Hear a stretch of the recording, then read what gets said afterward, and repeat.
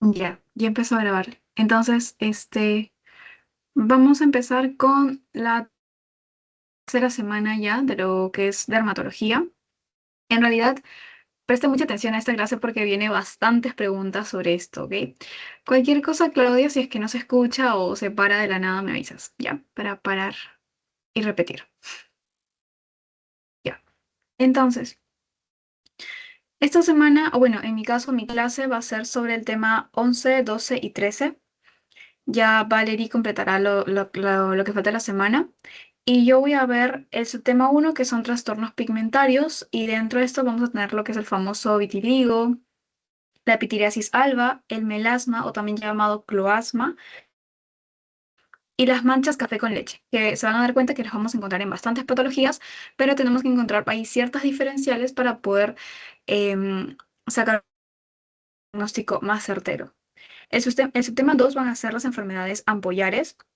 Aquí tenemos todo lo que son los pénfigos y los penfigoides y la dermatitis herpetiforme. De acá también vienen bastantes preguntas de todo el pénfigo. Y por último, los tumores benignos de la piel. En realidad no he visto muchas preguntas de eso, así que obviamente léanlo, pero más échenle ganas al subtema 2 y al subtema 1, pero los que son las más comunes, las manchas café con leche y el vitiligo. Esa sería mi recomendación más o menos. Entonces, empezamos con el subtema 1, que son los trastornos pigmentarios. Y vamos a empezar con lo que es el vitiligo. El vitiligo va a ser un trastorno adquirido que va a caracterizarse por la pérdida progresiva del pigmento en la piel. ¿Por qué? Porque va a haber una destrucción o una disfunción de los que se encargan del pigmento de la piel, que son los, ¿saben? ¿Quiénes son los que se encargan de producir melanina? Los melanocitos. Ajá, exacto. Por disfunción o destrucción de los melanocitos. Entonces, estos melanocitos van a producir máculas acrómicas, o sea, ya saben, ¿no? Ya hemos visto que es una mácula, que es una mancha. Una mácula es algo un poco más pequeña que una mancha. Eh, Máculas acrómicas van a ser bien delimitadas, así como vamos a ver en las imágenes. Se nota un borde bastante bien delimitado, acá también. Y su etiología puede ser bastante variada. Puede ser una etiología autoinmune, una etiología neural o incluso de autodestrucción. Y esto lo vamos a ver con el nombre de hipótesis. Así lo plantean para el vitiligo. Ok, la hipótesis neural es para el tipo de vitiligo de tipo segmentario. Y segmentario es que, por eso yo les puse esta imagen, de que respeta la mitad del cuerpo. Es como si yo tengo segmentario pero del lado derecho, entonces solamente voy a tener estas máculas de hipocrómicas o acrómicas, pero en el lado derecho. Si yo tengo vitiligo segmentario izquierdo, solamente sería en el lado izquierdo, ya sea facial, sea tórax o en miembros, igual, pero a eso me refiero con segmentarios, ¿no? Entonces, eso es para la hipótesis neural. Em, ya. Y luego vamos con la hipótesis que es la más aceptada, que es la hipótesis autoinmune, ¿ya? Esto nos dice que nuestro cuerpo va a empezar a generar anticuerpos contra nuestros melanocitos. Esto se va a asociar a varias enfermedades autoinmunes. Eso es lo que más se tiene que aprender, cuál es la hipótesis más aceptada de que me cause vitiligo, la autoinmune. Eso es todo. Luego, la de autodestrucción es que nuestro cuerpo podemos estar produciendo ciertos productos tóxicos al momento de generar melanina, o sea, la melanogénesis. Y estos productos tóxicos van a dañar directamente al melanocito y lo van como que autodestruir, ¿no? Por eso esa es la hipótesis de autodestrucción. Pero como les digo, lo más importante es que se sepan la más aceptada, y esta es la de tipo autoinmune. En cuanto a su epidemiología, el vitiligo en realidad, pues como vimos, pueden ser tanto congénito o puede ser ya de tipo adquirido. Es importante que sepan, chicos, que es mucho más frecuente en las mujeres. Se ve más en mujeres que hombres y normalmente va desde los 10 hasta los 30 años como que es un pico de mayor incidencia en el que puede presentarse, pero en realidad puede presentarse en cualquier momento de la edad, desde que son bebitos hasta que son ancianos, pero el pico es de 10 a 30 años. En cuanto a su clínica, vamos a ver como en la imagen, máculas súper definidas, acrómicas, A es sin y crómicas de color, o sea, sin color, o pueden ser hipocrómicas, o sea, no necesariamente pueden ser acrómicas o hipocrómicas, donde obviamente vamos a tener melanocitos, pero estos melanocitos no van a ser funcionales o simplemente en algunos casos incluso si no hay, ¿ya?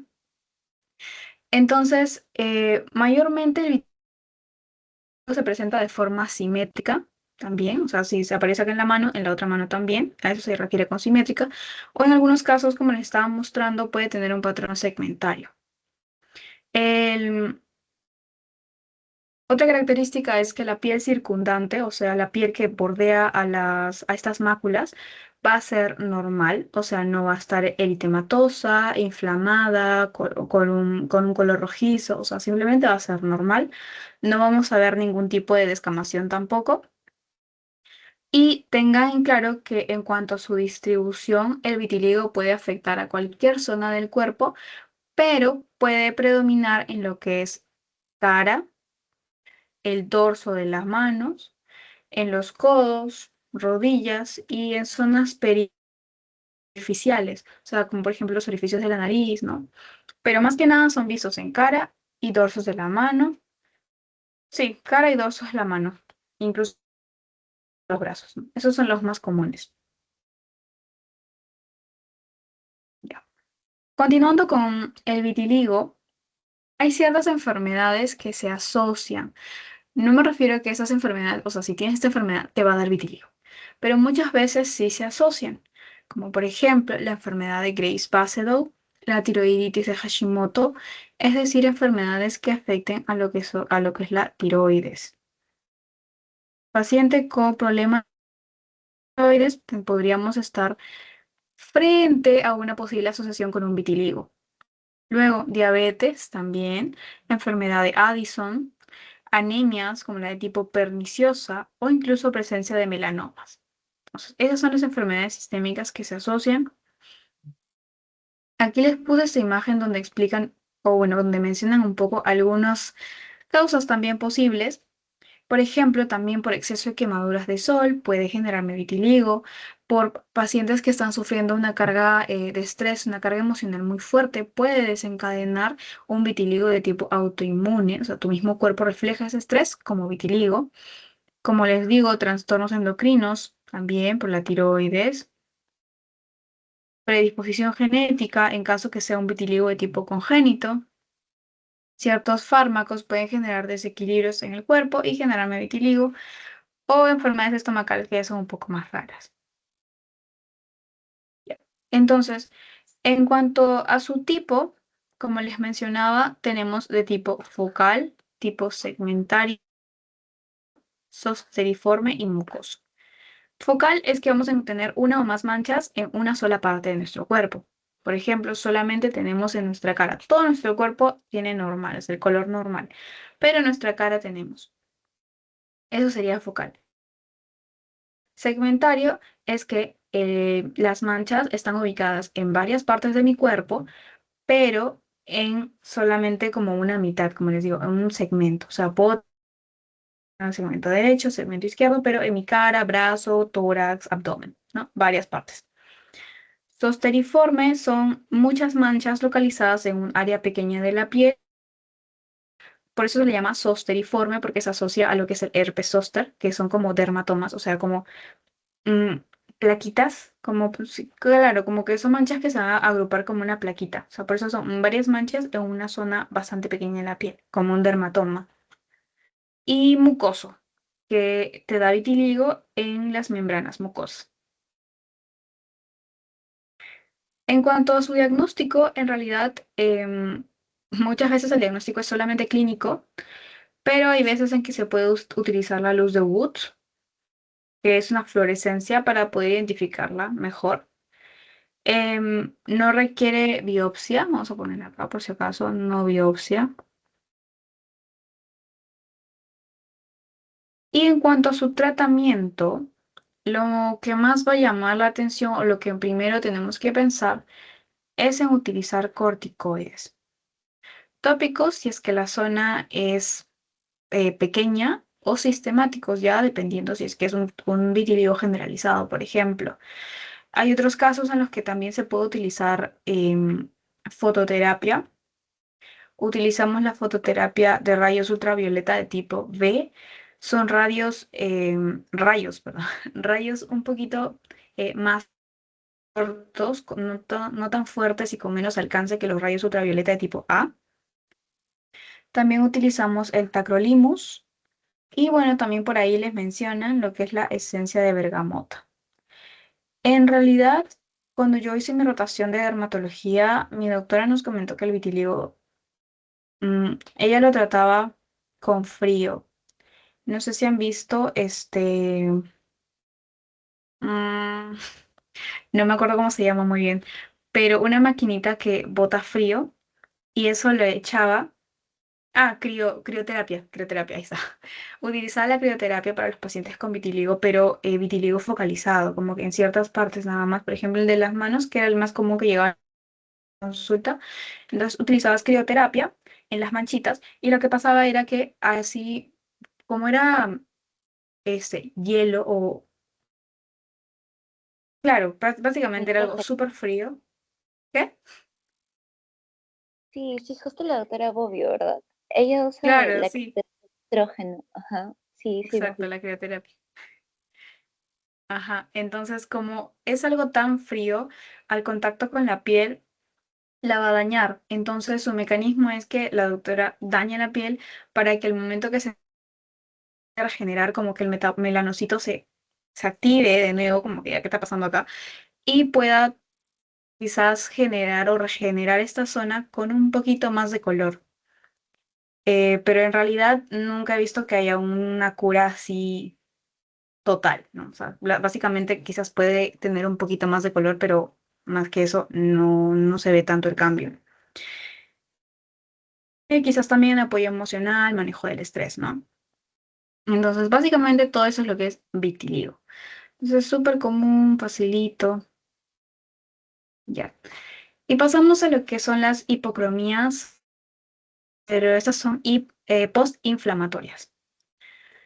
La más común es la pitiriasis alba, ¿ya? La pitiriasis alba es una dermatosis inflamatoria que es benigna. Déjeme ver acá. Benigna. Y va a presentarse mayormente en lo que son escolares, personas más jóvenes, niños, adolescentes. Lo que vamos a ver van a ser como pequeñas máculas hipopigmentadas y aquí va a ser una característica muy importante. Esto, en el vitiligo, el borde de la mácula no tenía nada, o sea, era piel normal. En cambio, en la pitiriasis alba vamos a tener estas pequeñas máculas que en realidad a simple vista se ven muy distintos y uno no piensa que es vitiligo, ¿verdad?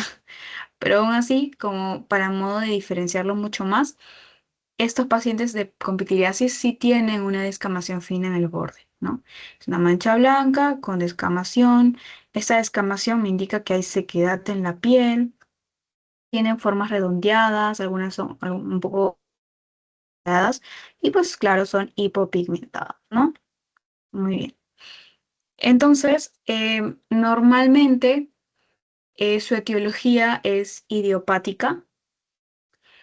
Sin embargo, se puede relacionar mucho con pacientes que son atópicos. Por ejemplo, pacientes que ya nacen desde chiquititos, tienen asma o tienen alergias, rinitis. Entonces, pacientes atópicos puede ser que tengan como que mayor predisponencia a desarrollar una pitiriasis alba, también por exceso de exposición solar o pacientes con desnutrición incluso. También por ahí estuve leyendo un poco que en cuanto a la etiología también puede relacionarse con lo que es de tipo infeccioso. Ya en su teoría lo menciona. Le menciona atopía, desnutrición e infeccioso. Cuando es infeccioso, lo relacionan a dos virus, que es el Staphylococcus aureus y al Streptococcus viridans. ¿Ok?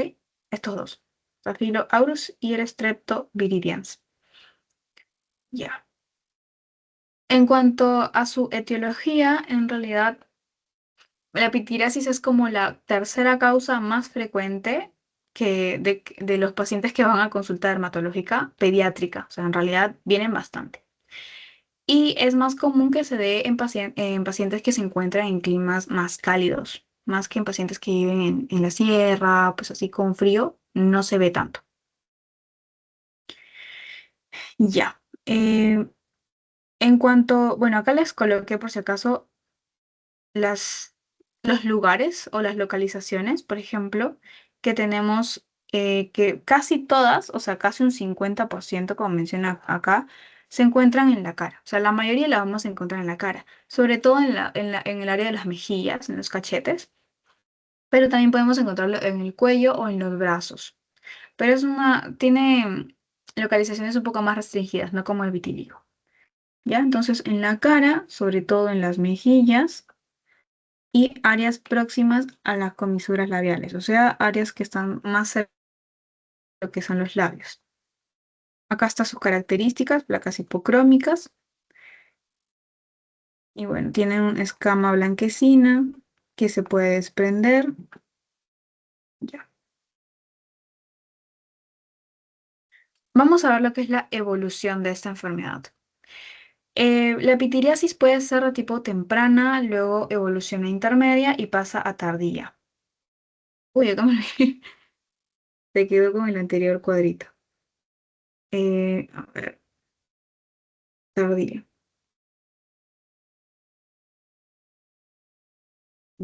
Tardía. Entonces, cuando la pitiriasis es temprana, o sea, de reciente aparición, nosotros no vamos a ver estas imágenes de acá, sino que vamos a ver plaquitas que van a ser rosaditas y van a quizás estar un poco inflamados, o sea, corte un poco elevado, quizás el paciente se queja por un poco de prurito que le pica un poco esas manchitas. Luego va evolucionando si no hay tratamiento y ya se convierte un poquito más de rosada, va a pasar a ya blanquecina. Y esta placa, perdón, va a estar cubierta ya por escamas, una escama un poquito más grande que va a cubrir toda la plaquita. Y ya cuando sigue evolucionando a tardía, ya es lo que tenemos o lo que hemos visto como una mácula que ya está hipoventada, que puede durar meses o incluso años en algunos otros pacientes en poder curarse o desaparecer totalmente.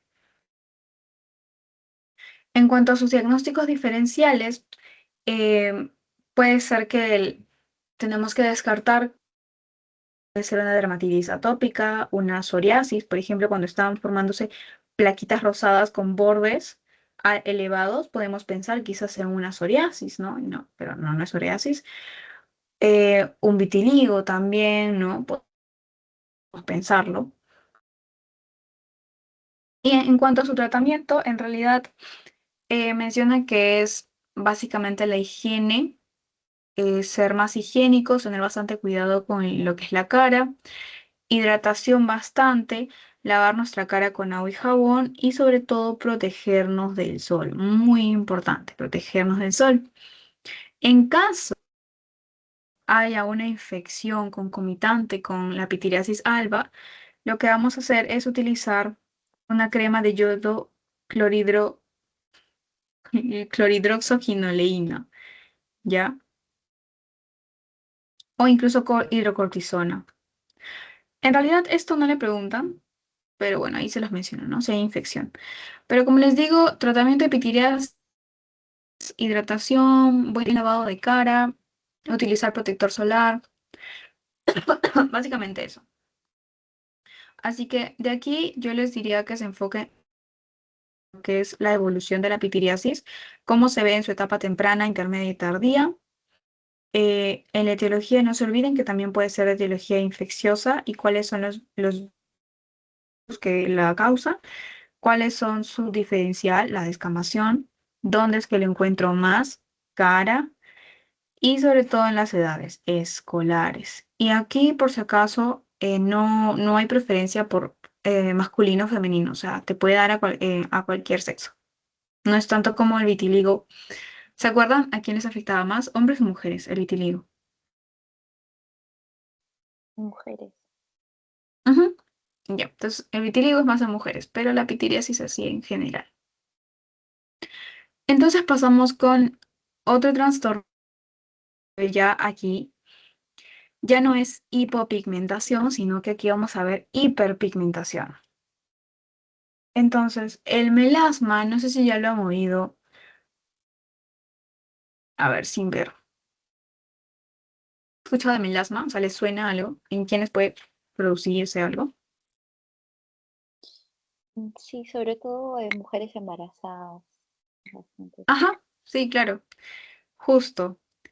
Entonces, el melasma, o también llamado cloasma, es una hiperpigmentación adquirida de tipo crónica que va a ser circunscrita a lo que es la cara y mayormente va a tener una distribución asimétrica. O sea, si me sale por acá, me va a salir por acá. Si me sale aquí, me sale ahí, así, ¿no? Simétrica. En cuanto a su etiología o ciertos factores predisponentes, como bien lo mencionaste, pues es el embarazo. Puede ser también por genética, por radiación ultravioleta, por cambios hormonales. A esto incluye el embarazo, claramente. Incluso hay casos que mencionan que también por utilizar anticonceptivos orales también se puede generar lo que son los melasmas. Em, y bueno, también puede ser igual que la pitiriasis por factores nutricionales, ¿no? Predomina en fototipos altos. Con fototipos me refiero a creo que sí ya lo han visto en dermatología. Las primeras clases ven tipos de fototipos o fototipos, que es el color de piel. O sea, si es súper blanca, más rosadita, más golden, así y así, así. Entonces, fototipos altos de tipo 3 y 4 que es la imagen, ¿no? Que no es una persona pues tan blanca, ¿no? Ya son un poquito más morenitas, más quemadas, entonces es más común en ese tipo de personas y que viven sobre todo en las zonas más tropicales. Hay casos en los que después del embarazo se ve una disminución luego del parto, pero no siempre es así, ¿no? Muchas veces es de tipo crónica y no desaparece. En cuanto a la clínica, tenemos que son máculas o también se le puede llamar como parches de colores como marrón claro o marrón oscuro. Poner acá hipercrónicas de color marrón o café. Puede variar la intensidad.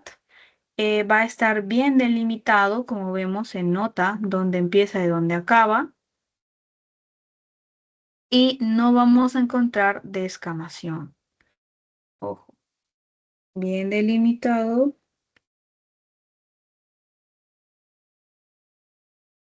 y no descamación. Perfecto. ¿Ok? También va a tener una distribución centrofacial. A esto me refiero a que donde mayormente la vamos a encontrar es en mejillas, en la frente y en la parte del labio superior. Esa es distribución centrofacial. Creo que ahí está. Bueno, acá lo escriben, pero les voy a poner que se dice distribución centrofacial. Listo. En cuanto a su diagnóstico, mayormente es clínico, simplemente se le hace un estudio de los antecedentes de la persona, si he tenido un embarazo, si estoy tomando pastillas anticonceptivas, sí que voy mucho a la playa, me expongo mucho a la luz ultravioleta, etcétera, etcétera. Y simplemente con verlo y saber la historia clínica del paciente, ya, uno lo saca. Si no, también se puede utilizar lo que es la luz de Wood para diferenciar los cambios de color, ¿no? Para hacer un contraste en el color de la piel con el color del melasma. Y otra cosa es que no se necesita biopsia. Nunca se le hace biopsia a la melasma. En cuanto al tratamiento, en realidad no hay un tratamiento. En su teoría les dice que no existe tratamiento. Solamente recomiendan utilizar fotoprotección, por ejemplo, estarse tiempo, cuando estás, sobre todo cuando estás en la calle, protector solar, evitar a los desencadenantes, ¿no? Por ejemplo, los anticonceptivos orales, estar mucho tiempo bajo el sol. Hay, em, hay productos, claro, en el mercado que son despigmentantes de tipo tópicos que podrían utilizarse, pero igual no hay ningún estudio que demuestre que sí van a desaparecer el melasma. Pero, por ejemplo, la hidroquinona es un despigmentante que también se utiliza. Pero como le digo, mucho cambio en realidad no hay. Así que tratamiento no existe. Pero claro que hay ciertas cositas que pueden mejorar y prevenir que se ponga peor. Ya. Hiperpigmentación. Continuando con la hiperpigmentación, tenemos a lo que son las manchas café con leche. Estas van a ser unas máculas, pero de tipo hiperpigmentadas. Van a ser homogéneas, con bordes lisos y pueden ser aisladas, o sea, sin ningún tipo de causante, o pueden ser parte de ciertos síndromes genéticos, como son lo que vamos a ver también acá. En cuanto a la clínica, así como vemos en las imágenes, van a ser plaquitas o máculas color marrón claro. Tamaño va a ser variable. Podemos ver una súper grande, una más chiquita o una mediana. Va a variar y que puede estar presente desde que el bebito nace hasta durante la infancia temprana. O sea, ahí en esos momentos es donde puede presentarse. Las lesiones son planas, chicos, planas, no tienen elevación, son planas y sobre todo son asintomáticas. No pica, no molesta, simplemente están ahí. En cuanto a la importancia clínica, si encontramos una, dos manchitas, habitualmente es algo benigno, ¿ya? Vamos a poner acá, una, dos, es benigno. Si yo ya encuentro más de seis o mayor o igual a seis manchitas eh, mm, de un tamaño considerable, puedo pensar en una enfermedad llamada neurofibromatosis.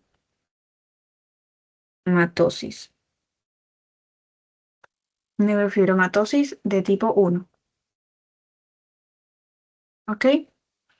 Entonces, ya como estamos hablando de la neurofibromatosis de tipo uno, este es uno de los síndromes que van a estar asociados. Por ejemplo, vamos a ver. La neurofibromatosis de tipo uno es una enfermedad genética de tipo autosómica dominante. ¿Qué gen se muta? El gen NF1. Importante que lo sepan. ¿Cuál es la triada?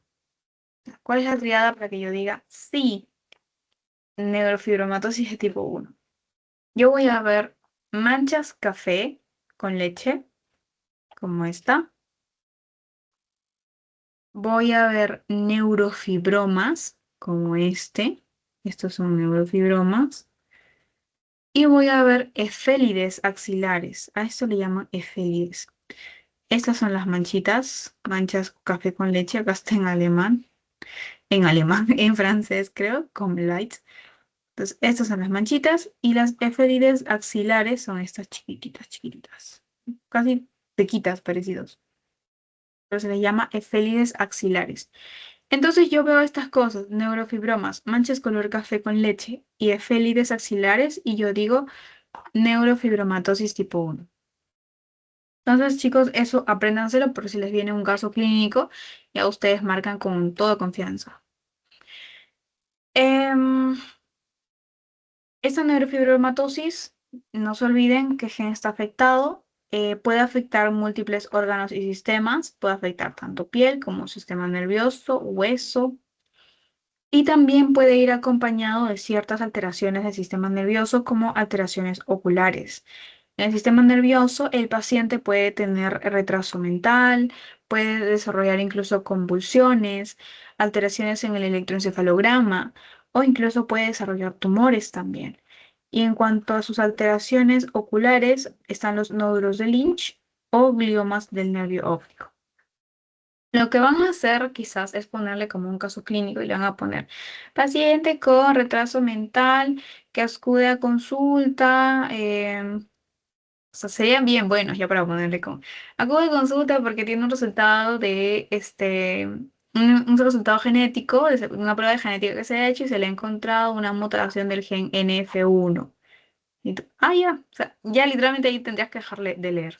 Pero bueno, entonces cuenta que el paciente está teniendo máculas color café con leche, neurofibromas, félides. En realidad siempre le ponen todos las triadas, todo lo más característico y ya para que ustedes marquen otra. Ya, otras enfermedades que se relacionan o se asocian es, por ejemplo, el síndrome de Watson. El síndrome de Watson es una variante mucho más leve de la neurofibromatosis de tipo 1, pero es una variante, ¿ok? Aquí, ¿cuál es el diferencial? Como yo digo, si es neurofibromatosis o síndrome de Watson, porque mi paciente, aparte de la triada, va a tener lo que es la estatura baja, va a ser chiquitito, y sobre todo, esto de acá no va a ir con él. Va a tener esto y estatura chiquita, porque va a tener poco o ningún neurofibroma. Eso es en Watson. En cuanto al síndrome de Albright, es una enfermedad genética no hereditaria y aquí vamos a ver una mutación de otro gen. Es el gen GNAS1. Las manifestaciones pueden ser unilaterales en un solo lado o de tipo segmentaria y normalmente no son en todo el cuerpo. ¿Acaso, chicos? No son en todo el cuerpo. Y acá también tenemos otra triada. Tenemos a la displasia fibrosa ósea, manchas color café con leche y pubertad precoz. ¿Ok? Entonces, esas tres características se la aprenden y ya dicen síndrome de Albright. Nunca he visto que le pregunten el de Albright más del de neurofibromatosis, pero bueno, igual ya tienen ahí la triada. Y por último, el síndrome de Vanayan-Moncalva.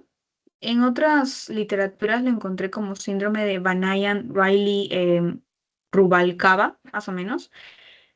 Y es un síndrome genético bastante raro que es causado por mutaciones en el gen PTEN y su clínica ya es un poco más florida. Aquí el paciente tiene macrocefalia, o sea, pues cabeza grande, puede tener incluso encontrarle lipomas, amartomas a nivel intestinal que pueden generar bloqueos del intestino, obstrucciones y máculas café con leche, pero ¿en dónde? En el glande o en el pene, o sea, a nivel de los genitales. Eso es lo más característico del Banaya Moncalva. Manchas café con leche en glande o pene y macrocefalia y qué gen es afectado, ¿no? Y ya con eso terminaríamos lo que es hiperpigmentación, bueno, trastornos de la pigmentación básicamente, chicos. Em, mm, mm, mm. Antes de pasar a las enfermedades ampollares, ¿alguna pregunta?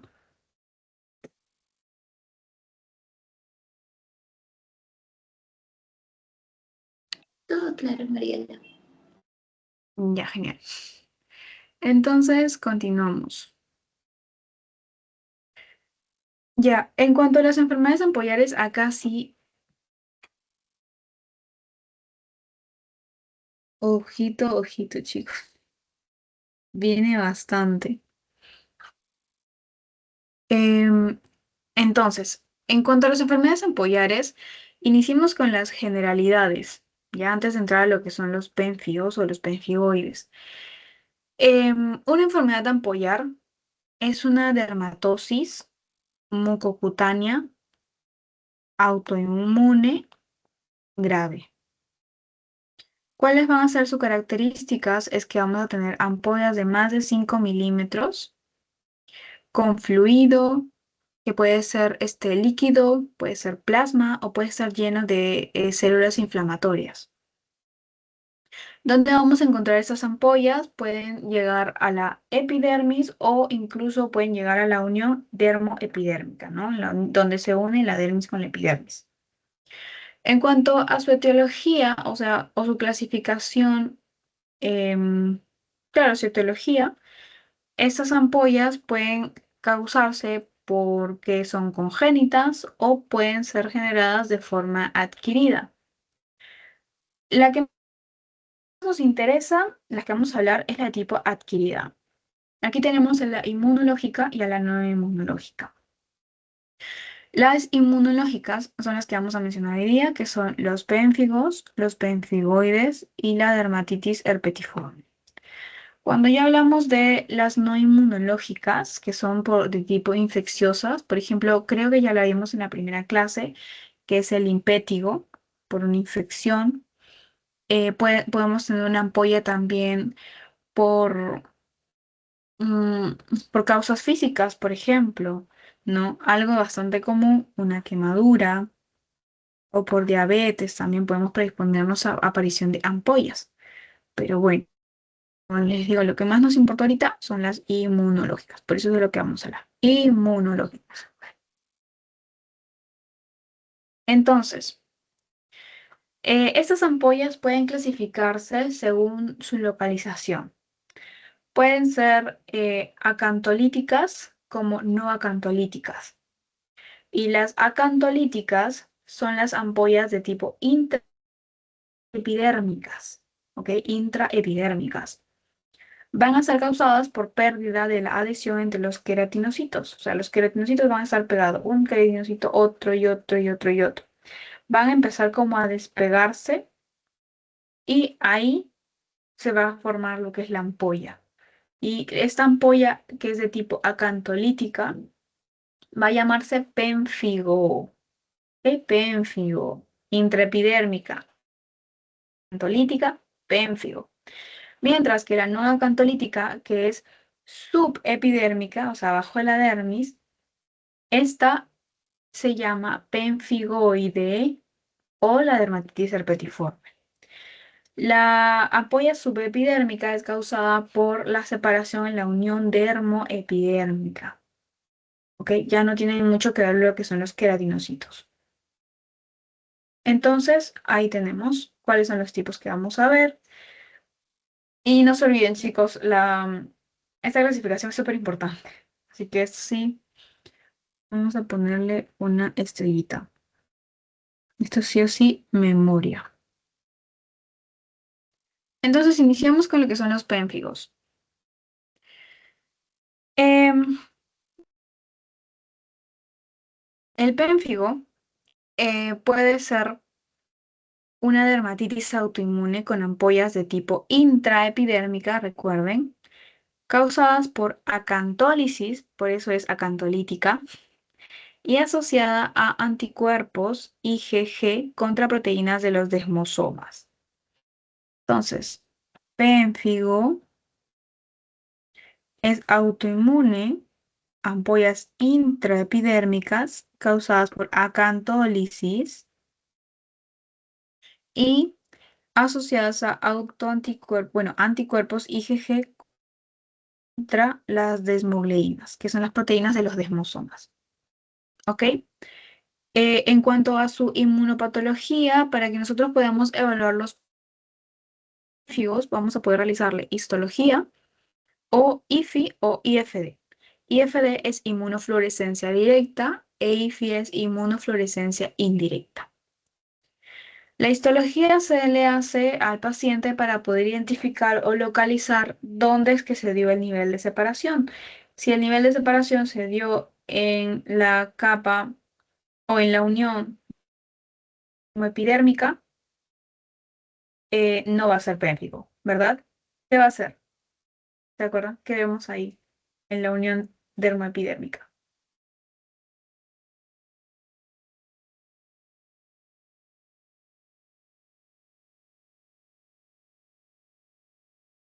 que son los no acantolíticos.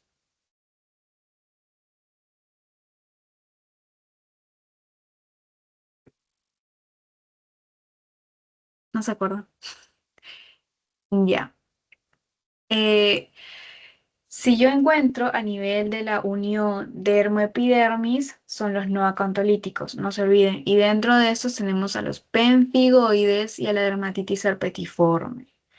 Muy contrario que en este caso los pénfigos están a nivel de la intraepidermis. Entonces, para eso yo le haría una histología para saber dónde se localiza y con eso saber de qué estoy o qué cosa estoy tratando primeramente, ¿no? La IFD, la inmunofluorescencia directa, lo que vamos a encontrar son depósitos de inmunoglobulinas o también el complemento en la superficie de los queratinocitos. Y finalmente la IFI se le hace para encontrar a los anticuerpos circulantes IgG.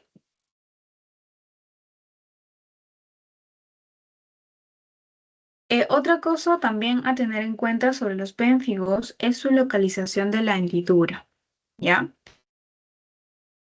Pueden ser pénfigos profundos o pénfigos superficiales. Y acá, chicos, también mucho ojo con esto porque eso también sí viene.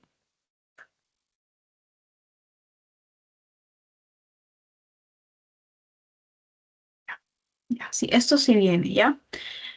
Este pénfigo puede ser profundo o suprabasal, o superficial, o intragranular, o subcórneo. Mayormente el suprabasal lo vamos a encontrar en los adultos mayores y vamos a encontrar a estos dos tipos, al pénfigo vulgar y al pénfigo vegetante, ¿ya? ¿Qué es lo que importa que sepan de acá? Todo. O sea, literalmente todo esto acá es importante. Todo, todo, todo. Porque les van a preguntar cuáles son los profundos o les van a poner el nombre de suprabasal. Tiene que saber que está el vulgar y el vegetante. Los demás son superficiales. En quienes se dan más los suprabasales, en el adulto mayor. Y sobre todo, como estábamos viendo, que atacan a las proteínas que son las desmogleínas, eso es lo que me importa. Ahora, el pénfigo vulgar ataca a la desmogleína 3 y a la desmogleína 1. La desmogleína 3 es encontrada en mucosas y en la piel, mientras que la desmogleína 1 solamente en piel. Por otro lado, el vegetante igual afecta la desmogleína 3 y 1. Eso no se olviden, chicos, y eso sí lo van a preguntar. Es nomás que fija, o sea, esa sí o sí va a venir. Por lo menos ahí aseguren un 0,5, ¿ya? Sí o sí va a venir vulgar, desmogleína 3 y 1, y que afecta a cada uno 3 mucosa piel, 1 piel. Listo. Y vegetante lo mismo, desmogleína 3 y 1. En la intragranular o subcórnea afecta mayormente a los jóvenes y tenemos a los de tipo foliáceo, paraneoplásico y el eritematoso. El foliáceo afecta a la desmogleína 1 nada más, o sea, piel. El paraneoplásico afecta a la desmogleína 1 y 3 más la desmoplaquina 1 y 2. No se olviden. Y el eritematoso, la desmogleína 1 nada más. Si se dan cuenta, para que lo haga más fácil, todos los que están en el suprabasal afectan. Ay, gordito. Si uno. Y todos los que están en el intragranular o subcórnea afectan al uno. A excepción de del paraneoplásico. Ese sí afecta a un montón. Desmoleína 1 y 3 y desmoplaquina 1 y 2. Aquí les puse un cuadrito para poder resumir mejor lo que son las enfermedades ampollares, tanto de forma visual como para que lo tengan y puedan estudiar incluso de ahí. Ahí están las características más importantes. Por ejemplo, tenemos con el pénfigo vulgar. A ver, vamos con el pénfigo vulgar. Eh, ya, a ver, el pénfigo vulgar es una dermatosis ampollar autoinmune. eh, a ver. para ver si me están escuchando. ¿Es intraepidérmica o se encuentra en la unión dermoepidérmica? El pénfigo vulgar.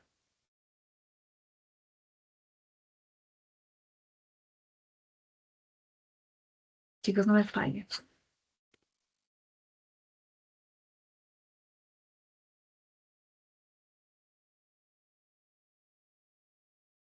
¿No? Intrapidérmica. No. Ajá, sí, intraepidérmica. Sí, recién escuché. Muy bien, intraepidérmica. El pénfigo, todo que es pénfigo, no importa si sea vulgar, vegetante, foliáceo, paraneoplásico, pénfigo es intraepidérmica. Unión dermoepidérmica son los penfigoides, ¿ok? No se olviden eso.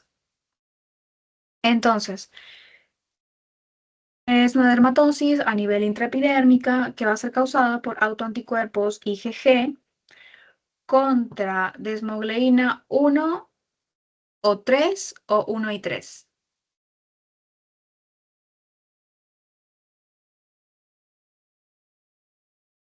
Vamos, chicos, el El lápiz vulgar fue el 1 y 3, el vulgar. Ujú. Muy bien, 1 y 3. 3, piel y mucosas, 1, piel nada más. Entonces, su epidemiología básicamente es que afecta a pacientes adultos de mediana edad o ya un poco más mayores, no tanto en niños. Es bastante rara el pérfido vulgar, pero es bastante mortal si es que no se llega a tratar correctamente. Y en cuanto a la clínica, lo que nos interesa acá es que es una ampolla frágil. ¿Y qué me refiero con que es frágil? A que se rompe fácil. ¿Y qué pasa? O sea, ¿qué me interesa que se rompa?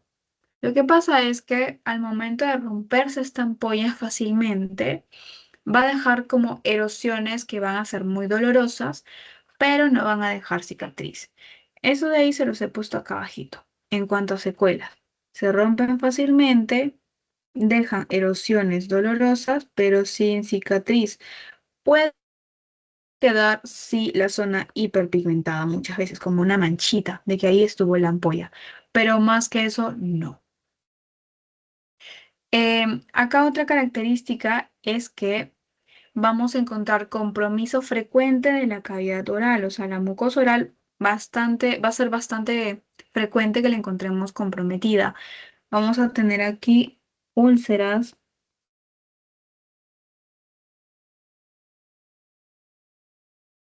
úlceras dolorosas. Otra cosa es que vamos a encontrar el signo de Nikolsky positivo y también el signo de Asbow-Hansen positivo. ¿Se acuerdan del síndrome de Nikolsky? Justo lo vimos la semana pasada. Nikolsky.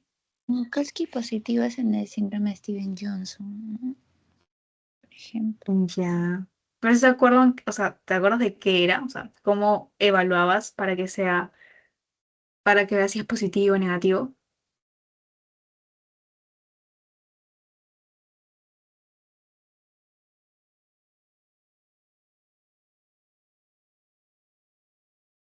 No. O sea, que hay desprendimiento de, de la piel, ¿no? Al hacerla, como frotar la piel y se comienza a desprender. Ajá, exacto. Era desprendimiento epidérmico al momento de frotar la piel. Y eso era un Nikolsky positivo.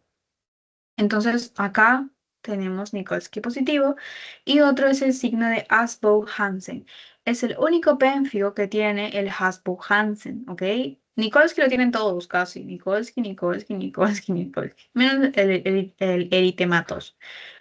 Así que no se fíen de Nikolsky, ¿ya? Simplemente si ven el Asbow-Hansen positivo, pulgar hasta que se muestre lo contrario, ¿ok? El Asbow-Hansen es que la ampolla va a extenderse de forma lateral al momento de presionarla. Como que acá está la ampolla y no sé, yo la presiono y se va a extender lateralmente. Ese es el signo de Hasbull-Hansen, ¿no? Eso solamente pasa en el pénfigo vulgar. ¿En qué estrato vamos a encontrar al pénfigo vulgar? en el estrato espinoso. ¿Ok? Espinoso. No solamente va a aparecer en la boca, por si acaso, chicos, también puede aparecer en la cara, cuero cabelludo, axilas, pero es muy frecuente encontrarlo a nivel de la mucosa oral. Ya. En cuanto al diagnóstico, también acá hay algo súper fijo que les puede ayudar mucho para que ustedes pues puedan, si les ponen esto, ustedes ya lo sacan. Si en el caso clínico les ponen que se les realiza un test de sangre y sale positivo, podrían marcar el pénfigo vulgar. Porque nadie más menciona que se hace ningún otro pénfigo, tienes que hacer el test de sangre. También se le hace un IFD y un IFI, y bueno, en el IFD encontramos IgG intracelular y en el IFI encontramos anticuerpos circulantes de IgG cuando la ampolla está activa. Y estas son las ampollas vulgares. Feas, ¿no? Y acá está lo que les digo de la histología. Este es el pénfigo vulgar. Acá está tenemos a las células acantolíticas, o sea, acá dentro de la ampolla. Y ya pues está dentro del epidermis. Pero así más o menos se ve intraepidérmico. Listo, vulgar ya está. Pasamos con lo que es el vegetante.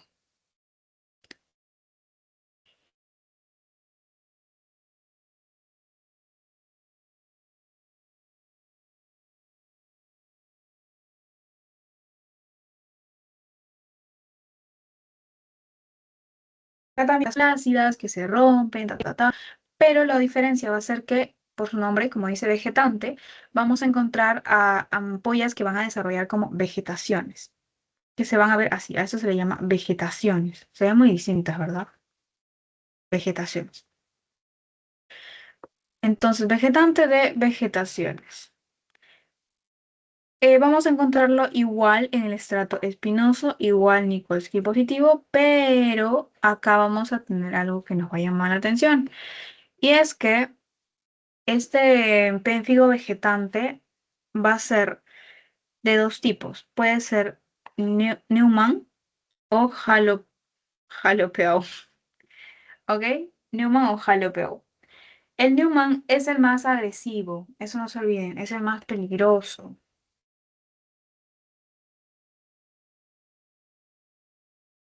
más o menos.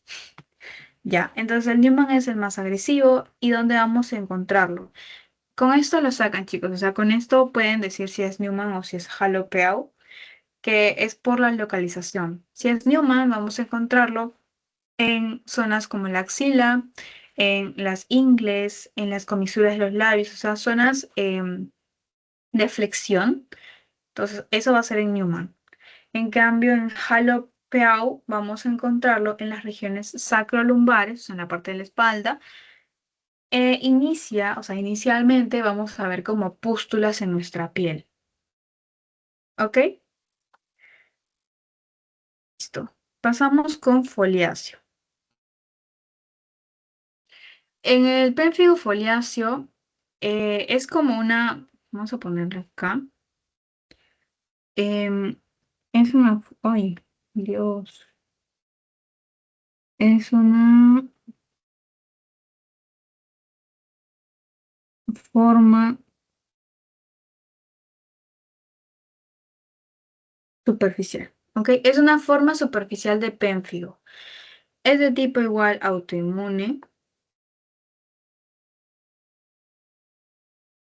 Y vamos a encontrar anticuerpos contra la desmogleína 1. ¿Ya?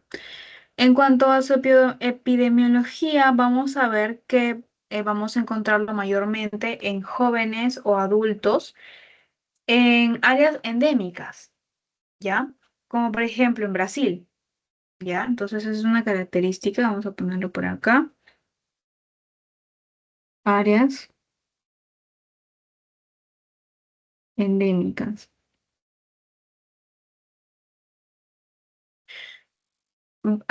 También, o sea, ahora, ¿por qué es que yo me refiero con endémica? Porque muchas veces este pénfigo foliáceo se relaciona con un insecto. que es el fogo salvaje, o bueno, ese es el tipo de la variante, es el fogo salvaje, es causado por un mosquito. Y lo característico es que al examen de laboratorio vamos a encontrar autoanticuerpos IgG4. ¿Ok? Si encontramos estos anticuerpos es porque es causada por el mosquito y es la variante tipo fuego salvaje. ¿Ok? Entonces, este pérfido foliáceo igual también son ampollas bastante superficiales que al momento de romperse, en este caso, estas sí van a dejar zonas eritematosas y van a dejar mucha descamación. Normalmente, esa es una característica muy importante, no afecta mucosas, no afecta mucosas. Básicamente, solo las encuentras en cuero cabelludo, cara y tronco. En algunos libros les menciona que se asocia a timomas o a casos de pacientes con miastenia gravis, puede predisponer a que tenga un pénfigo foliáceo. Otra cosa es que la clínica se divide en fase inicial húmeda y fase seca. En la fase inicial húmeda vamos a tener eritema, o sea, muy rojito, inflamado, y vamos a encontrar exudado seroso que va a tener un olor como a ratón mojado. Así le ponen en su teoría, olor a ratón mojado. O sea, eritema y olor a ratón mojado. Luego, cuando evoluciona a una fase ya seca, vamos a encontrar igualmente eritemas, pero ya escamas. Igual Nikolsky positivo. Y otra cosa que cambia aquí es el estrato. Ya no vamos a encontrarlo en el estrato espinoso, sino en este caso ya lo encontramos en el estrato granuloso. Y esta es la imagen. Ese es el pérfido foliáceo. Y ya para terminar con los pénfigos, creo, vamos a ver el pénfigo eritematoso, o también llamado síndrome de Senior-Usher. Es una variante un poco más de tipo localizada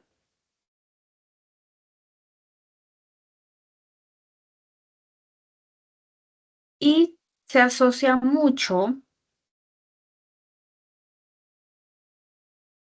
a lupus. Ojo con eso. Lo que vamos a ver van a ser zonas eritemato escamosas, sobre todo en áreas seborreicas. ¿Cuáles son áreas seborreicas? Por ejemplo, nariz, mejillas, cuero cabelludo, donde producimos sebo. Vamos a ver también el patrón en alas de mariposa facial, lo cual podríamos decir, uy, lupus. No. También vamos a ver acá que no compromiso mucoso. Tampoco compromete las mucosas. Es decir, la boca no va a tener nada. También forma parte del estrato granuloso, eso no se olvide. Y como les digo, lo más importante es que se asocia a lupus y como se asocia a lupus, para que yo pueda hacer un descarte, voy a hacerlo en el examen de ANA para poder descartarlo así, ¿no? En general, chicos, las enfermedades ampollares tienen su tratamiento son corticoides tópicos. Ya utilizamos corticoides y se lo puse acá en este cuadrito. Normalmente, como los pénfigos son bastante, por así decirlo, como potentes o a veces no, mm, a veces no, no se resuelven con tratamientos suaves. Utilizamos corticoides en pulsos. Es decir, cuando decimos pulsos es que es en grandes cantidades, ¿no? Para que pueda hacer efecto. Sobre todo, principalmente, utilizamos la prednisona. En caso no funcione la prednisona, el paciente sigue formando ampollas, pasamos a la segunda opción, que es la metilprednisolona. ¿Ok? Y ahí está el tratamiento. Ahí están las enfermedades ampollares. Ah, ya, ok, faltaba esto. Y ya para terminar con las enfermedades ampollares, vamos con las que son las que las encontramos en la unión em, dermatoepidérmica, que son el pemfigoide y a la dermatitis herpetiforme.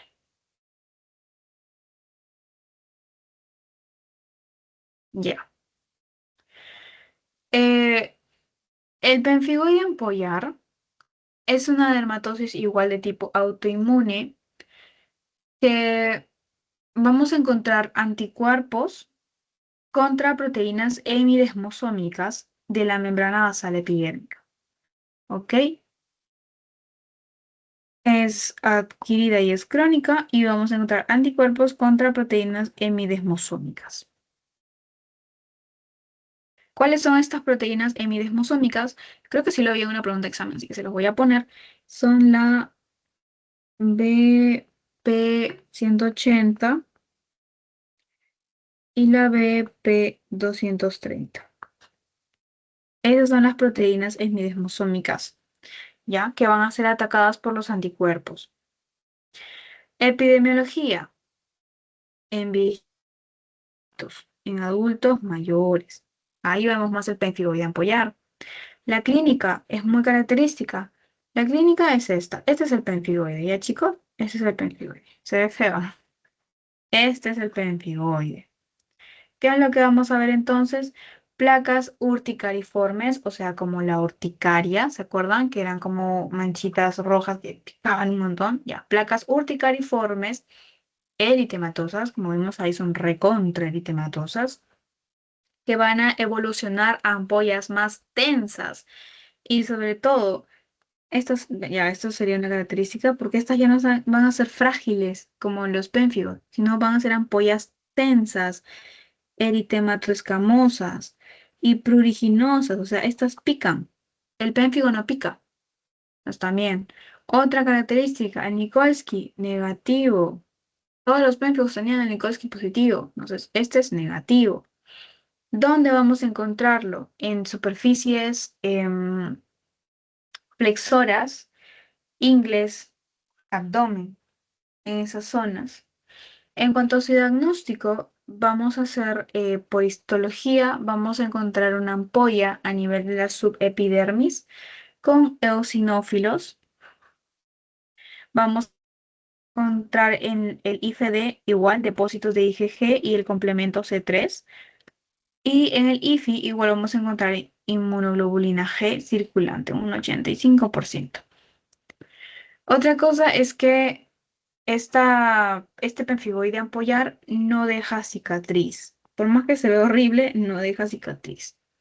También lo voy a tratar igual con corticoides sistémicos o si no, pueden ser tópicos, pero que sean muy potentes y en casos ya más graves, puedo utilizar lo que son inmunosupresores, ¿no? Ya que estamos hablando acá de anticuerpos. Así es como se ve el pemfigoide ampolloso, es una ampolla subepidérmica y acá está, ¿no? Eso es lo característico. Lleno, lleno, lleno ¿de qué? De eosinófilos. Acá está. Ningún otro me habla de eosinófilos, solamente este pemfigoide. Pasamos con la dermatitis herpetiforme. Y ya eso es para terminar las enfermedades ampollares. Esta es la dermatitis herpetiforme. También horrible. Lo que les diría que se recuerden mucho es que la dermatitis herpetiforme se relaciona mucho con lo que es la enfermedad celíaca. Ya lo relacionan bastante en su teoría.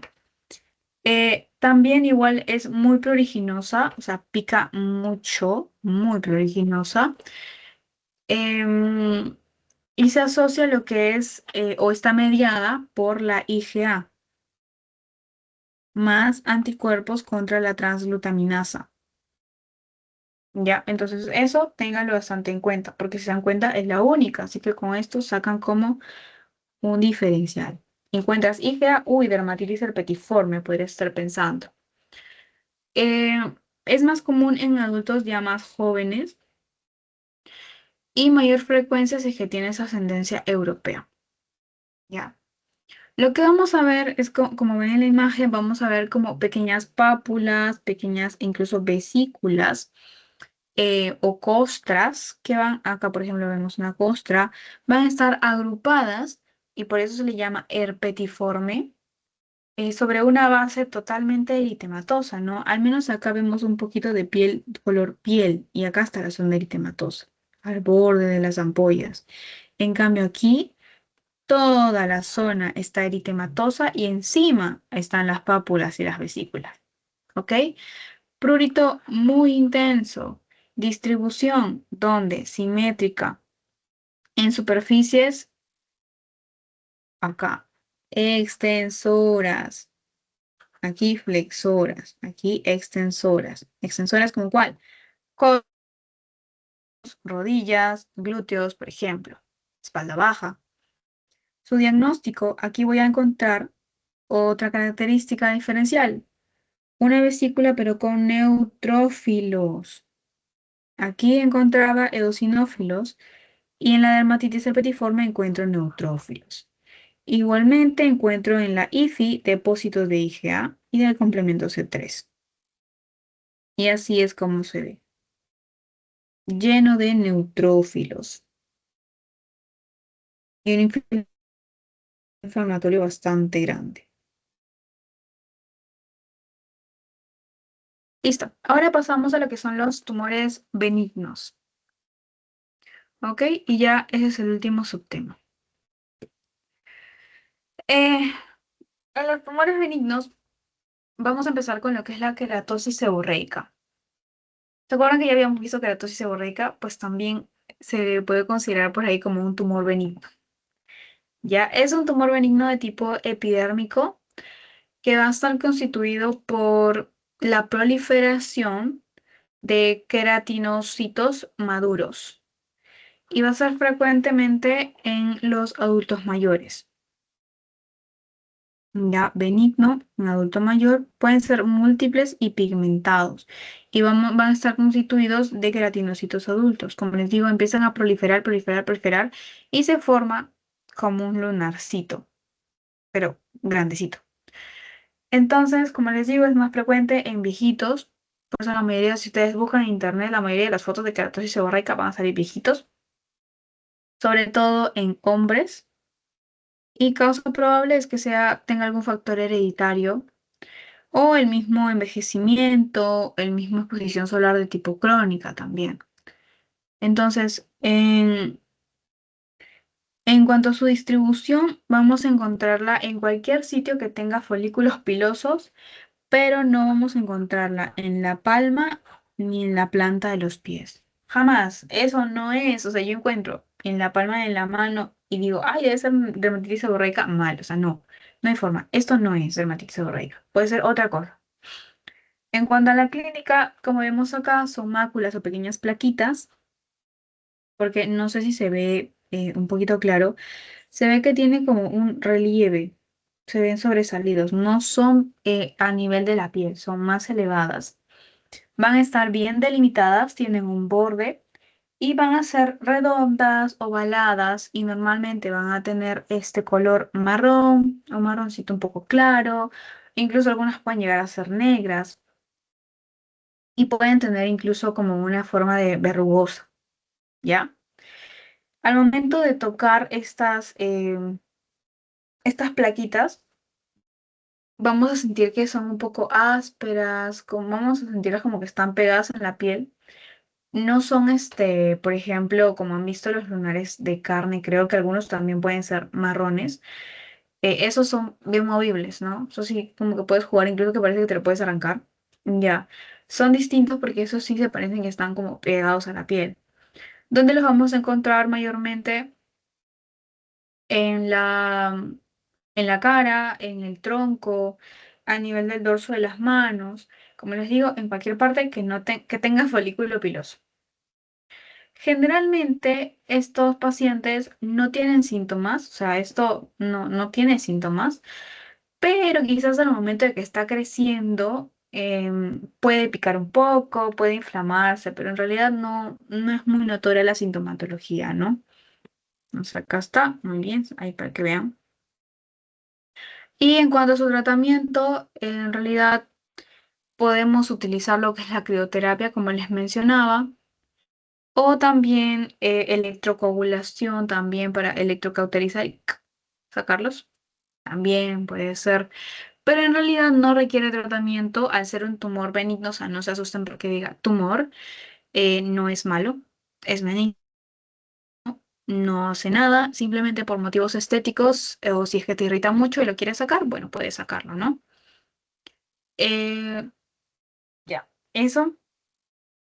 En cuanto al nevocelular, nevus le llaman a los lunares. Así que vamos a empezar con el nevocelular melanocítico. Este puede ser de tipo congénito o de tipo adquirido. El congénito son máculas o pápulas pigmentadas, que van a estar, como son congénitas, desde el nacimiento. O sea, el bebito ya nace con este nevo melanocítico. Van a ser redondas, lisitas. ¿Y cuál es la característica? Es que frecuentemente son pilosos e hipertricósicos. Esto quiere decir que tiene pelo, trico de pelo, piloso, pelo. Entonces, tiene pelo. Muchas veces, o a veces no sé si han leído, creo que todavía no llegan a esa parte, que cuando un lunar tiene pelo o así como que puede indicar malignidad, pero en este caso no. No implica malignidad el hecho de que encontremos un pelo dentro del lunar, ¿ok? Se extirpa en caso de que yo tenga algunos criterios de riesgo. Por ejemplo, ya más adelante van a ver que es cierto que los lunares tenemos que evaluarlos en cuanto a su localización, en cuanto a su color, a su simetría, a sus bordes, si no me equivoco, incluso a la forma. O sea, tenemos que evaluar todo lo que es cualquier lunar que nos aparezca nuevo, chequearlo muy bien delimitado, no está en una zona riesgosa, una zona rara, qué color tiene, es un poco rojo, es un poco marrón, es negro totalmente, me duele, me pica, se irrita, tenemos que evaluar todo. Entonces, si es que evaluamos y encontramos algún criterio de malignidad, sí se puede extirpar. En caso no, y no sea por estética, lo podemos dejar ahí tranquilo. Esta es su clasificación. Podemos llamarlo que es pequeño si es menor de 1,5, mediano si es hasta 20 centímetros y gigante ya que si llega a más de 20 centímetros, lo cual es bastante. O incluso me mencionaba casi que puede ser mayor del 5% de toda la superficie corporal total, o sea, bastante. En cuanto al adquirido, aparece más o menos ya no desde el nacimiento, sino ya aquí vamos a ver entre los 1 o 4 años y van a ser como máculas que van a evolucionar a pápulas o ya nódulos oscuritos, que van a ser cupuliformes, o sea, como una cupulita, van a ser lisos y van a tener pelo terminal ocasional, o sea, van a tener un pelito ahí ocasionalmente. Así que esto de acá, tómenlo como casi como un no, porque cuando les diga tiene pelo, congénito, ¿ya? Así que distribución del adquirido, más que nada me da en zonas fotoexpuestas, o sea, por la luz ultravioleta me genera esas zonas fotoexpuestas. ¿Cuáles son estas? Todo lo que es la cara, el cuello o mis extremidades, ¿no? Todo lo que le cae el sol.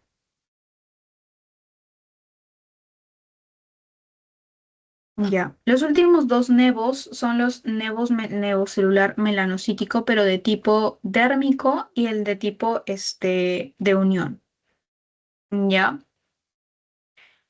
El nevus melanocítico dérmico, pues como su nombre lo dice, son células névicas, pero solamente están a nivel de la dermis.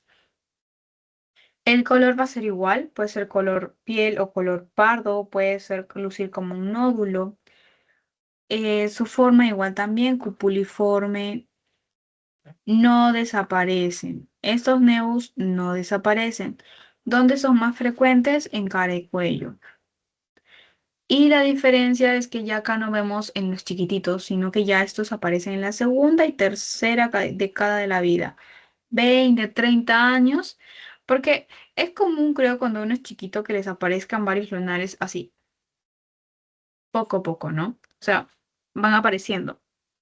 sobre todo cuando son chiquitos de la nada, uy, un lunar más, un lunar aquí, un lunar acá. Pero ya cuando somos mayores, ya normalmente no aparecen tantos lunares, ¿no? Si aparecen a los 20, 30 años, sería de tipo dérmico mayormente. Igualmente, chicos, siempre, como les digo, evaluar los lunares. Eso es muy importante y te puede salvar de un cáncer de piel, ¿ya? Por ejemplo, aquí vemos distintos patrones de lunares. Todo siempre chequeado. Y por último está el nevo melanocítico de unión. Es la proliferación intraepidérmica que forma una mácula de color uniforme. Este melanocito de unión va a tener como un color bronceado, pardo oscuro, más o menos un marroncito claro, igual bordes lisos irregulares, y donde vamos a encontrarlo en tronco, cara y extremidades. Ya. Entonces, eso sería básicamente todo lo que es los nevos, o sea, los lunares. Y finalmente pasamos con el dermatofibroma y el cuerno cutáneo. Ya. El dermatofibroma es un tumor igual benigno, es de tipo fibrohistiocítico de dermis, porque es medio fibroso y es frecuente en extremidades o en espalda, como vemos en la imagen. Es más común en mujeres adultas, en forma de botón. ¿Ok? Su etiología es bastante desconocida, pero pueden aparecer por picaduras, incluso tras traumatismos cutáneos pueden aparecer, pero en realidad no se sabe por qué aparecen. En cuanto a su ubicación, como les digo, mayormente aparecen en extremidades, sobre todo piernas, de ahí les sigue brazos y por último en tronco. ¿Ya? ¿Cómo vamos a describirlo? Como una pápula o nódulo firme, no es movible, es firme, color marrón, a veces un poco rojizo, pero es hiperpigmentado. Puede ser de 0,5 a 1 centímetro más o menos. Vamos a tener, por ejemplo, el signo del hoyuelo positivo, que es que al momento de peñiscar la lesión, o sea, tipo que aplastada la peñiscarla, la piel se va a deprimir en el centro, como que se va a hundir un poco. Por eso le llaman como signo hoyuelo positivo. Y generalmente es asintomática. No duelen estos dermatofibromas. Sin embargo, pueden doler quizás a veces al tacto. Al momento de presionarlo pueden doler un poco, ¿no? Entonces, su diagnóstico diferencial pueden ser neurofibromas, por ejemplo, lo que estábamos viendo, neurofibromatosis de tipo 1, melanomas nodulares, así que siempre hay que ir a chequearse. O sea, básicamente se ve así. Acá está la epidermis, acá está, esta es la epidermis, acá está la grasa subcutánea y acá se forma el dermatofibroma. Bien grandecito. Como un huevito, básicamente. Acá está. Dermatofibroma. Y acá hay ejemplos, ¿no? De cómo se ven. Sí, sí, así. Y finalmente, el cuerno cutáneo. Es una lesión exofítica y queratóxica, o sea, está llena de queratina, frecuentemente en donde, en la cara, ¿ya? Es compacta y se asocia a múltiples enfermedades benignas, premalignas o incluso malignas. Por eso es que al momento si es que yo veo un cuerno cutáneo en mi consulta, siempre tengo que biopsiar. Porque no es muy común, no es que yo veo eso y digo, ay, no, no es nada, no, biopsio, porque puede relacionarse a una malignidad. Así que ojo con eso, es mejor descartar antes que luego lamentar, ¿ok? Porque mayormente el cuerno cutáneo en sí no es un diagnóstico, no es como que diagnóstico cuerno cutáneo, sino es como una manifestación de algo adentro del cuerpo de la persona. Entonces siempre hay que investigarlo. ¿Ya, chicos? Entonces, incluso me acuerdo que estaba leyendo que casi un 20% de los casos que encontramos cuerno cutáneo es de índice maligno, ¿ya? Entonces, Si es que se diagnostica, si es que se le hace la biopsia, luego como tratamiento podemos realizar la escisión completa, incluyendo toda la base, o sea, quitar todo el cuerno. Y en caso sea por una lesión premaligna o maligna, pues tenemos que hacer el tratamiento a la lesión subyacente, ¿no? A lo que ha originado eso. A ver, chicos, preguntitas. ¿Cuál es el mecanismo patogénico principal del pénfigo vulgar?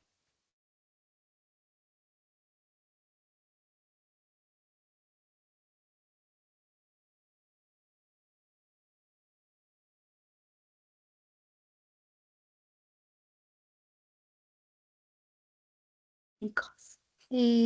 Los autoanticuerpos contra desmolina 1 y 3. Muy bien, sí, gracias, no me defraudaron. Exacto. Autoanticuerpos contra desmoleína 1 y 3. Todo lo demás, por ejemplo, la hipersensibilidad, no hemos hablado de nada de lo que es hipersensibilidad, deficiencia de melanina. Esto produciría, por ejemplo, la melanina es lo que me da color. Y eso podríamos estar hablando de lo que es vitiligo, ¿no? Pero bueno, acá no estamos hablando de eso. Estamos hablando del pénfigo vulgar. No sé si es la B. El dermatofibroma se caracteriza por qué. Eso acabamos de ver el dermatofibroma.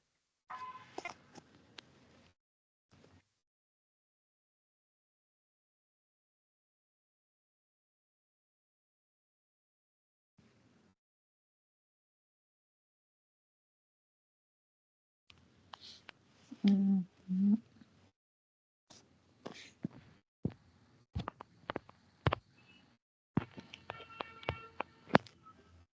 No. A ver. eh, Signo de pelo positivo. ajá, sí, exacto. Signo del hoyuelo positivo. Ujú. ¿Cuál era la lesión exofítica queratósica?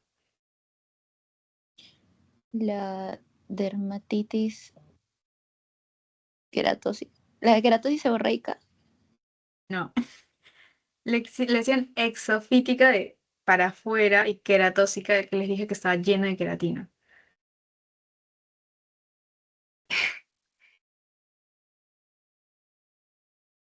El Ah, cuerno. Ya, el cuerno. Ajá, el cuerno cutáneo es lo que era una lesión exofítica queratósica. ¿Ya? Crecimiento rápido y ulceración, no, el dermatofibroma no se ulceraba para nada. Ay, uy, se movió. Ya, no se ulceraba para nada. Se asociaba a melanomas, no, mayormente incluso podría yo pensar un melanoma con los nevos, ¿no? Con los lunares, pero no con el dermatofibroma. ¿Y se afectaba más cara y cuello? No. ¿Dónde afectaba más? ¿Te acuerdas?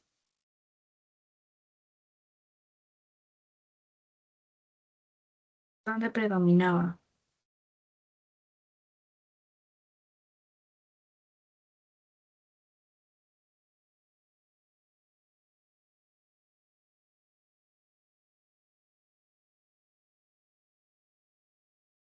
No, ya. Predominantemente era en las extremidades.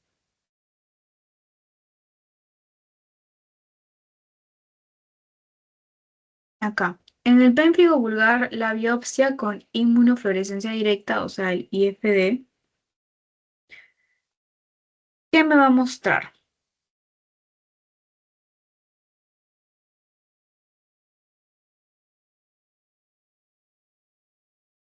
Aquí quizás lo hagan con descarte. Cuando yo veo el C3, el complemento 3, más que nada me recordaba al pénfigo de tipo ampollar. ¿Ok? Pénfigo ampollar, C3, o sea, el complemento. Si yo veo depósito granular de IgA, IgA era al toque, dermatitis, dermatitis exacto, muy bien, herpetiforme. Ausencia de depósitos inmunes.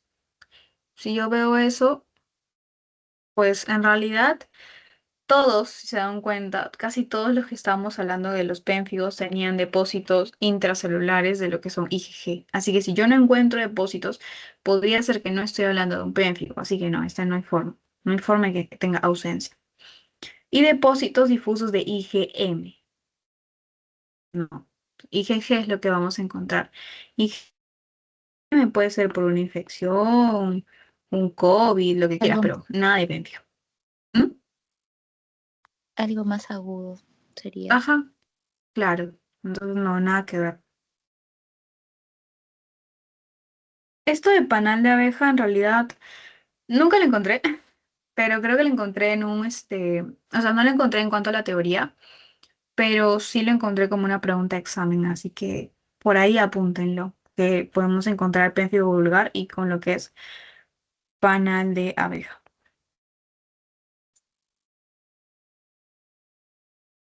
Y la última, ¿cuál de los siguientes no es típico de un nevus melanocítico congénito?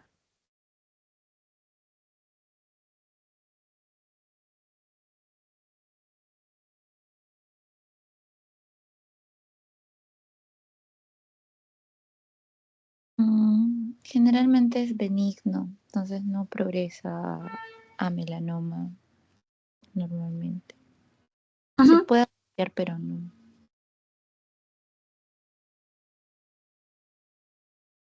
sí.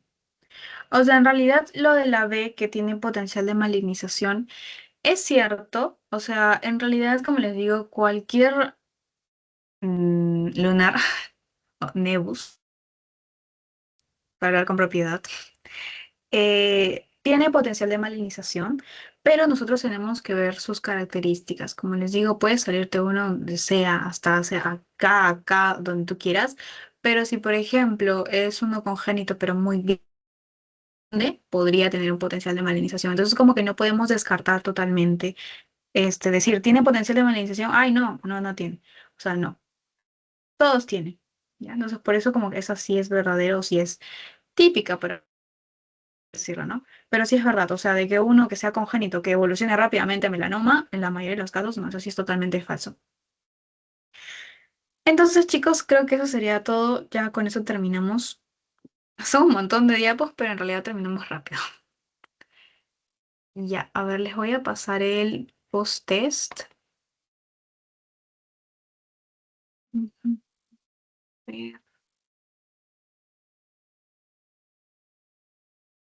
Mariela, ¿crees que me podrías pasar tus Así. diapositivas?